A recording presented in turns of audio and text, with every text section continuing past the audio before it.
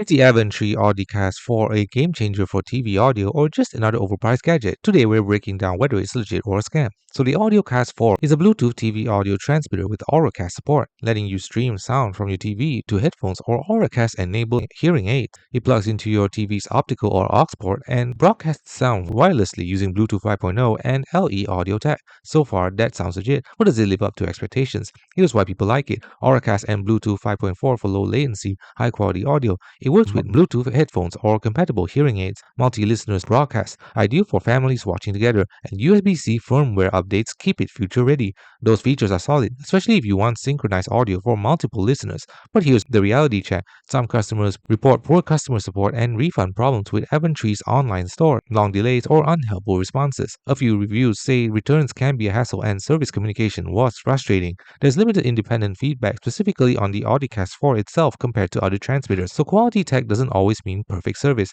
So is it legit or a scam? The Audicast 4 hardware itself is legit and delivers what it promises for TV audio streaming, but buyer experiences vary. Think legitimate product with mixed customer service trust. Thanks for watching. Don't forget to like and subscribe for more videos.